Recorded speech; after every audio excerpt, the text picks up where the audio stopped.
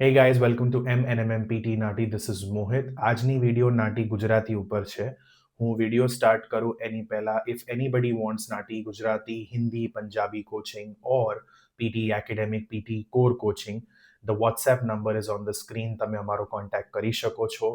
Instagram અને ફેસબુકની links છે ડિસ્ક્રિપ્શનમાં, એના ઉપર ક્લિક કરી શકો છો.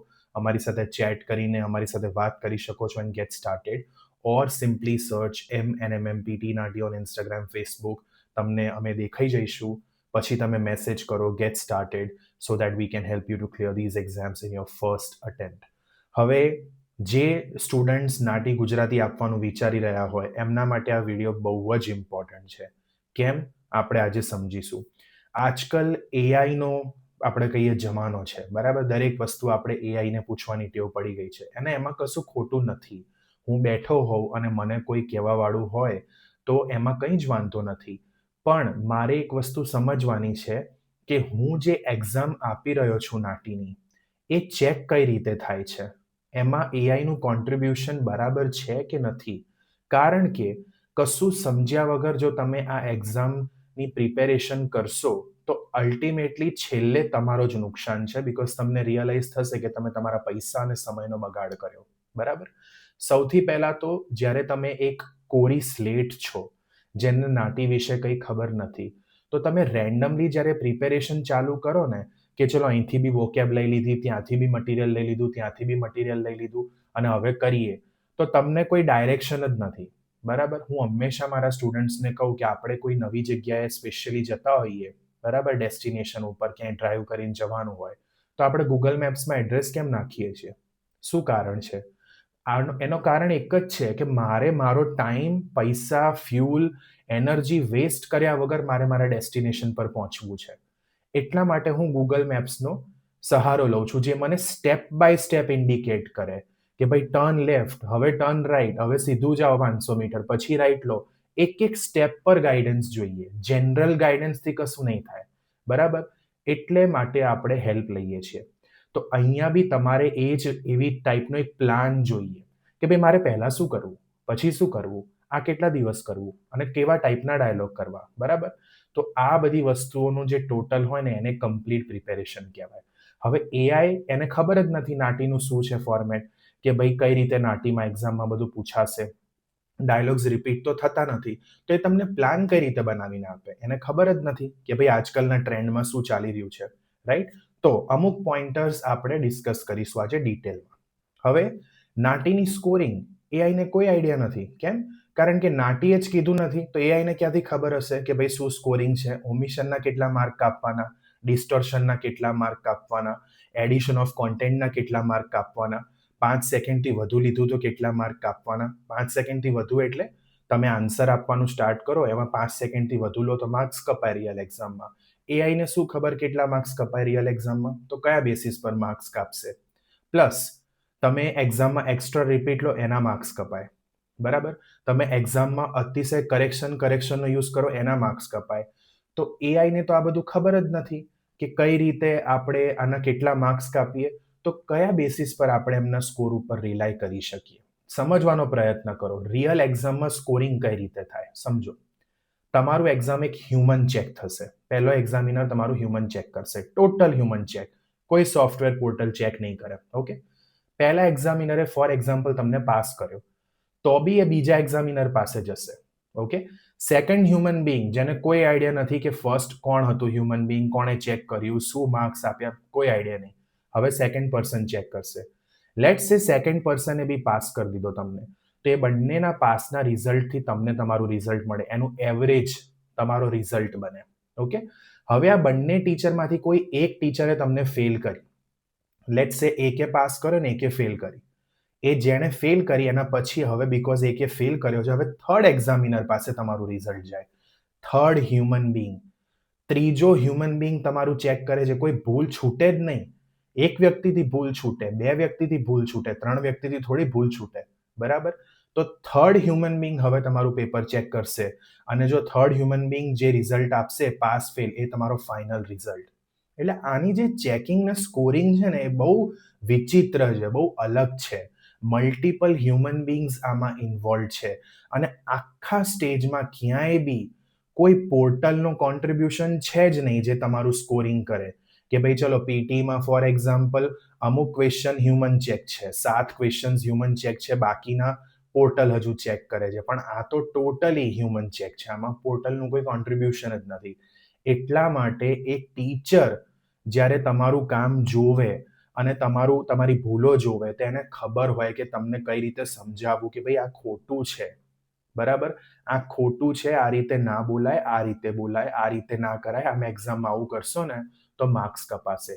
માટે you have to understand that there is a huge difference between portal checking and human checking. અને જે એક્ઝામમાં હ્યુમન ચેકિંગ થતી હોય એમાં આપણે હ્યુમન ફીડબેક પર આપણે રિલાય કરવું પડે. આ એક વસ્તુ સમજવાની છે. નેક્સ્ટ પોઈન્ટર સમજીએ. હેઝિટેશન્સ, પોઝિસ, સેલ્ફ કરેક્શન. બરાબર. હવે નાટી એવું કહે છે કે you have to speak like a native speaker. બરાબર. તમારી ફ્લુઅન્સી જે હોય, તમારી ક્લેરિટી જે હોય, તમારા શબ્દોનો ઉચ્ચારણ જે હોય એ તમારે નેટિવ સ્પીકરની જેમ કરવાનું. એક બહુ સાધારણ ઉદાહરણ આપું. બરાબર. લેટ્સ સે તમે નોલેજને જ્ઞાન બોલ્યા, જ્ઞાનથી માર્ક્સ રિયલ એક્ઝામમાં કપાઈ જશે, પણ પોર્ટલના મગજમાં તો જ્ઞાન મેચ થઈ ગયું એટલે તમને માર્ક્સ આપી દેશે. પણ એકચ્યુઅલી તમારે જ્ઞાન બોલવું પડે. જ્ઞાન કેટલો નાનો ફરક છે જે હ્યુમન બીંગ પકડી લેશે બીકોઝ એને ગુજરાતી આવડતી હોય, રાઈટ? આ થયું પ્રનન્સિએશન ઉપર. હવે હેઝિટેશન, પોઝિસ, ફ્લુઅન્સીની વાત કરીએ. જ્યારે આપણે ઘરે ગુજરાતી બોલીએ છીએ ત્યારે કઈ રીતે ઘરે ગુજરાતી બોલીએ છીએ? આપણી જે સ્પીડ હોય છે, આપણું જે કોન્ફિડન્સ હોય છે એ આપણે આ એક્ઝામમાં લાવવાનું છે.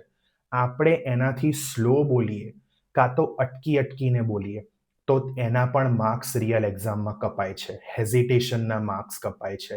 આપણે બોલતી વખતે આપણે કરીએ છીએ, કોન્ટેન્ટમાં ગણાય છે. બરાબર. અમુક વખતે આપણે વિચારતા હોઈએ તો એક જ વસ્તુ 2-3 વખત બોલી નાખીએ. એ રિપીટેશન, એડિશન ઓફ કોન્ટેન્ટમાં ગણાય. આ બધી વસ્તુઓ છે ને હ્યુમન બીંગ બહુ ધ્યાનથી ચેક કરશે. બરાબર.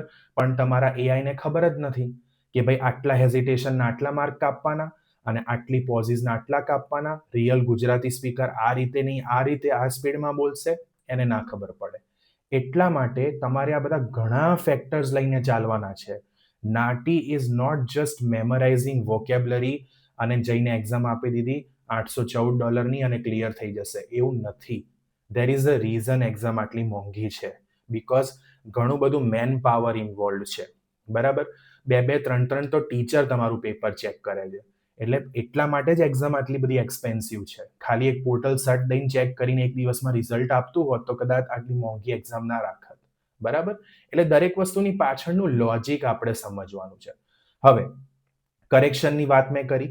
ઘણા લોકોના રિઝલ્ટમાં મેં પોતે જોયું છે જ્યારે લોકો એનરોલ કરે છે તો ત્યારે મારી પાસે એવરી ડે ડઝનો ઇન્ક્વાયરી આવે. મેં નાટીની એક્ઝામ આપી, ફેલ થયો, ફેલ થઈ, હવે મારે કોચિંગ લેવી છે. તો હું ઓલવેઝ એમને કહું કે તમારા માર્ક્સ શું આવ્યા અને તમારું પેલું રિઝલ્ટ શું આવ્યું એ મને આખું મોકલો. તો એ લોકો મને મોકલે. કેટલા બધા સ્ટુડન્ટ એટલે બી ફેલ થાય છે બીકોઝ એવું લખીને આવે છે ચોખ્ખું, એક્સેસિવ યુઝ ઓફ કરેક્શન. હવે એક્સેસિવમાં એ લોકો બ્રેકેટમાં એવું નથી લખતા કે આટલા કરેક્શન જ કરવાના. તો ખબર કઈ રીતે પડે કેટલા કરવાના? તો ટીચરના એક્સપિરિયન્સથી ટીચરને બધું ખબર હોય કે આટલું ચાલશે ને આટલું નહીં ચાલે બીકોઝ ટીચર આટલા લોકોને રોજના રોજ ભણાવતા હોય, 50 લોકોનું રોજનું રોજ ફીડબેક ચાલતું હોય તો એનું કોન્સ્ટન્ટ પેલું અપડેટ થતું હોય. એટલે આ બધી વસ્તુઓ બી કન્સિડરેશનમાં લેવાની છે. ટાઈમ અને પૈસાની વેલ્યુ સમજીને પછી આગળ વધવાનું. શોર્ટકટમાં પડશો તો પછી $814 આપણને ચોંટે, બીજું કંઈ નહીં. બરાબર. Difference between formal and informal use of language બહુ જ ઇમ્પોર્ટન્ટ. સૌથી કોમન તમને મિસ્ટેક્સ કહું. સ્ટુડન્ટ આન્સર આપતી વખતે I am gonna do this, I wanna do this, આ વોના ગોના બધું ના ચાલે. This is not formal English. આ બધા સ્લેંગ્સ છે. બરાબર. આ ના ચાલે. નો વરીઝ એવું બોલશે. ના, નો વરીઝ ના ચાલે. No problem. Okay. No worries, I am gonna do this, I am wanna do this, આવું બધું નહીં ચાલે. ઓકે. એટલે આપણે મેક શ્યોર કરવાનું કે પછી ફોર એક્ઝામ્પલ ગુજરાતીમાં આપણે કોઈની જોડે વાત કરતા હોય તો તું, તારે, તારે આવું કરવું, તારે પેલું કેમ નહીં, ના ચાલે. તમારે, તમે, આપણે એ ફોર્મલ લેંગ્વેજનો યુઝ કરવાનો છે. એટલે મેક શ્યોર કરવું પડે કે તમે જ્યારે આન્સર બોલો તો તમારો ટીચર આ બધી એરર્સ પોઈન્ટ આઉટ કરે.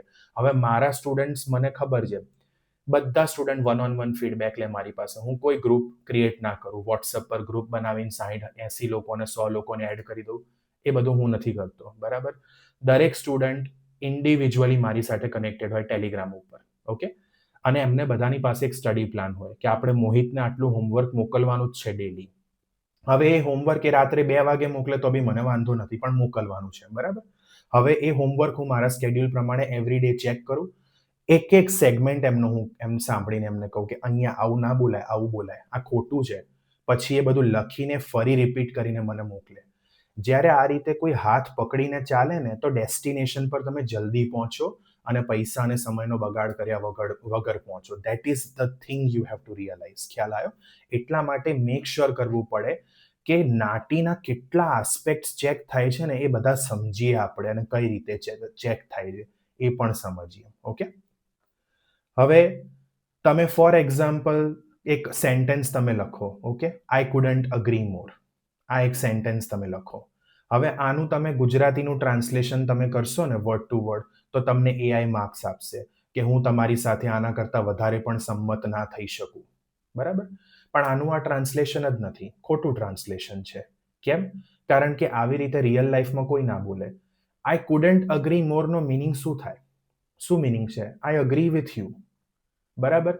ફોર એક્ઝામ્પલ તમારા ડાયલોગમાં એક સેન્ટેન્સ છે જેમાં બે લોકો વાત કરે છે, ઓકે, ફોન ઉપર. લેટ્સ સે હું અને તમે વાત કરીએ છીએ, આપણે બંને ફ્રેન્ડ્સ છીએ.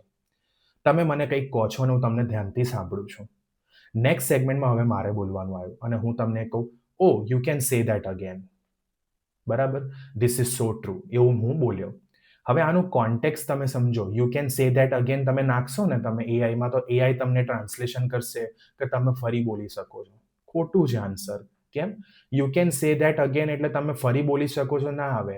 You can say that again એટલે આઈ અગ્રી વિથ યુ, બરાબર.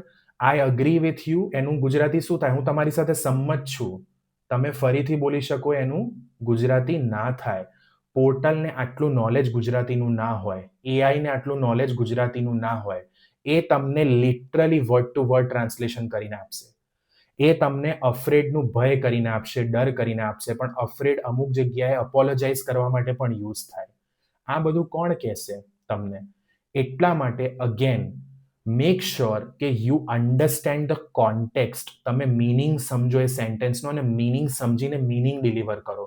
લિટરલી એક એક વર્ડનું ટ્રાન્સલેશન નથી કરવાનું નાટીમાં, એ ના ચાલે. તો આઈ કુડન્ટ અગ્રી મોર એનું ટ્રાન્સલેશન ગુજરાતી કરવું હોય મારે, તો મારે બોલવું પડે હું તમારી સાથે સંમત છું, બરાબર. That is the right answer, not anything else. આ વસ્તુઓ બહુ ધ્યાનમાં રાખવાની છે નાટીની પરીક્ષામાં. ઓકે. Not taking strategy. 35 વર્ડનો સેગમેન્ટ આવે છે અને લગભગ બધા સેગમેન્ટ્સ મોટા મોટા આવે, ઓકે. નોટ ટેકિંગની સ્ટ્રેટેજીસ છે. મારા સ્ટુડન્ટ્સને ખબર છે, જે મારા સ્ટુડન્ટ્સ છે, પ્રોપર રૂલ્સ શીખવાડેલા છે મેં. Rule number 1, rule number 2, rule number 3, આ રીતે કરો, આ રીતે કરો. ડેલી નોટ ટેકિંગના ફોટોઝ મોકલો. નોટ ટેકિંગ ચેક થાય અને હું એમને કહું આ રીતે ના નોટ્સ લખાય, આ રીતે લખાય. કેમ? કારણ કે નોટ્સ વગર તો મેળ જ નહીં પડે. તો નોટ ટેકિંગ કઈ રીતે શીખશો પોર્ટલથી? ઓકે. અગેન એઆઈ તમને નોટ ટેકિંગ ના શીખવાડી શકે. So you have to understand that why am I making this video? Why am I sharing this? Because આજકાલ છે ને મિસગાઈડિંગ બહુ જ વધી ગયું છે. મારો સ્કોર આવી જાય ને એટલે મારું પહેલું કામ કે હું તમને મિસગાઈડ કરું. કેમ? કારણ કે મારું કોમ્પિટિશન ઓછું થાય, બરાબર. એટલે સમજવાનો પ્રયત્ન કરો. દરેક મગજ એક નથી જેવું, દરેક માણસ એક જેવો નથી, દરેકનું સ્કેડ્યુલ એક જેવું નથી, દરેકની લાઈફના સ્ટ્રગલ એક જેવું નથી, દરેકની અપબ્રિંગિંગ એક જેવી નથી. અમુક ઇંગ્લિશ મીડિયમમાં ભણીને મોટા થયા હોય, અમુક ગુજરાતી મીડિયમમાં ભણીને મોટા થયા હોય. દરેક માણસ અલગ છે. તમે આની જોડે આવું થયું એટલે મારી જોડે બી આવું જ થશે એવું ના થાય. સમજો, okay. When it comes to your life decisions, your PR, you have to be very selfish and think કે ભાઈ મારા માટે સારું શું છે. પેલા વ્યક્તિ માટે હશે સારું, વાંધો નહીં, ગુડ, કોંગ્રેચ્યુલેશન્સ, પણ મારા માટે શું? ખ્યાલ આવ્યો? અને પછી ડિસિઝન લેવાય. હું મારા સ્ટુડન્ટ્સને હંમેશા કહું કે એક ડાયલોગ જાતે પ્રેક્ટિસ કરો, ઓકે. અને જો આર યુ સ્ટ્રગલિંગ, અને તમે સ્ટ્રગલ કરશો, એ વખતે તમને ખબર પડશે કેમ સ્ટ્રગલ કેમ કરીએ છીએ. 2 રીઝન છે નાટીમાં સ્ટ્રગલ કરીએ છીએ. એક તો નાટીની નોટ ટેકિંગ બહુ વિચિત્ર હોય, જે હું મારા ક્લાસમાં શીખવાડું છું. ઓકે. બીજું, આપણે ઘરે જે ગુજરાતી બોલીએ છીએ એ જરાક પોતાને રેકોર્ડ કરો 2 મિનિટ અને સાંભળો. ગુજરાતીમાં કેટલું ઇંગ્લિશ, કેટલું હિન્દી મિક્સ કરીએ છીએ. બરાબર? ધન્યવાદ બોલીશું, શુક્રિયા બોલે છે લોકો. બહાર જશે એટલે આમ થોડુંક પોલાઇટ થવા માટે શું શુક્રિયા કહેશે, આભાર નથી કહેતા. બરાબર? કાં તો પછી ઇંગ્લિશ મિક્સ કરશે. કરેક્ટ? હમણાં હું બોલ્યો ઇંગ્લિશ મિક્સ કરશે. એ રીતે આપણે ગુજરાતી બોલીએ. એ બધું આ એક્ઝામમાં ના ચાલે. તમે ગુજરાતી બોલતા હો તો તમારે લાઈક શુદ્ધ ગુજરાતી બોલવી પડે. તમે ઇંગ્લિશ બોલતા હો તો તમારે લાઈક પ્રોપર ઇંગ્લિશ બોલવી પડે. Proper grammar, proper sentence formation. આ બધું એક ટીચર તમને સાંભળીને કહે ત્યારે આપણો મેળ પડે. અધરવાઇઝ મેળ પડે નહીં. Okay? Is it worth the risk? Last question તમારે તમારી જાતને પૂછવાનું છે કે ભાઈ આપણે $814 એક્ઝામ બુક કરાવીએ છીએ, જે મહિનામાં 2 કે 3 દિવસ થાય છે, એનાથી વધારે નહીં, જેનું રિઝલ્ટ 4-5 અઠવાડિયા પછી બી આવી શકે. જ્યાં સુધી રિઝલ્ટ ના આવે, ભલે મને 110%ની ખાતરી હું નપાસ થઈશ, તો હું બીજી એક્ઝામ બુક કરાવી શકું નહીં. અને જ્યારે એનું રિઝલ્ટ આવે, પરિણામ આવે, અને પછી હું એની બીજી એક્ઝામ બુક કરાવી શકું, જે મને ઓબ્વિયસલી તરત નહીં મળે, 3-4 વીક પછીની ડેટ મળશે. તો સમયની દ્રષ્ટિએ બી તમે ગણતરી કરો. બરાબર? આપણે મેથ્સમાં તો સારા છીએ જ આ બધી ગણતરી કરવામાં, કે પૈસા તો બગડે જ છે, પણ ટાઈમ કેટલો બગડશે. 4-5 મહિના તમારી પાસે હોય વેસ્ટ કરવા માટે, અને આપણા અકાઉન્ટમાં પૈસા એમને એમ પડી રહ્યા હોય, તો પછી સટ્ટો રમવામાં કોઈ વાંધો નથી. તમે આ એક જુઓ જ છે, સટ્ટો રમી શકો. પણ એઝ અ ટીચર જે આટલા વર્ષોથી 2 લેંગ્વેજીસમાં નાટી અને પીટી બી ભણાવે છે, મારો એક બહુ જ તમને હું એક આમ સજેશન આપીશ કે it is not worth the risk. Risk ના લેવાય, બીકોઝ પૈસા અને મોસ્ટ ઇમ્પોર્ટન્ટલી ટાઈમ એ પાછો નહીં આવે. ઇન્વિટેશન રાઉન્ડ નીકળી જાય છે લોકોના આ બધી મતલબ ગેમો રમવામાં. ઓકે? એટલે મેક શ્યોર કરો કે ક્યાંય પહોંચવું છે તો જીપીએસ ઓન કરો, સ્ટેપ બાય સ્ટેપ ગાઈડન્સ લો, ગાઈડન્સ ફોલો કરો, અને ગાઈડન્સ ફોલો કરીને રિઝલ્ટ લાવો ફર્સ્ટ અટેમ્પમાં અને ક્લિયર કરો. ત્યારે તમારો મેળ પડશે. ઓકે? હોપફુલી તમને આ વિડીયો ગમી હશે. તમે મારો કોન્ટેક્ટ કરી શકો છો, જેવું મેં તમને કીધું વોટ્સઅપ નંબર સ્ક્રીન ઉપર છે. ઇન્સ્ટાગ્રામ, ફેસબુકની લિંક હશે ડિસ્ક્રિપ્શનમાં, ત્યાં બી તમે ચેટ કરી શકો છો. મારી સાથે વાત કરો, પૂછો મને કે મોહિત કઈ રીતે મને ક્લિયર કરાવશો, કેટલો ટાઈમ લાગશે. બરાબર? લગભગ મહિનાનો ટાઈમ તો લાગે જ છે દરેક સ્ટુડન્ટને. એટલે મહિનો તો જોઈએ, એનાથી ઓછામાં નથી મેળ પડતો. ઓકે? અને પછી gate started so that I can help you clear the exam in your very first attempt. Thank you so much.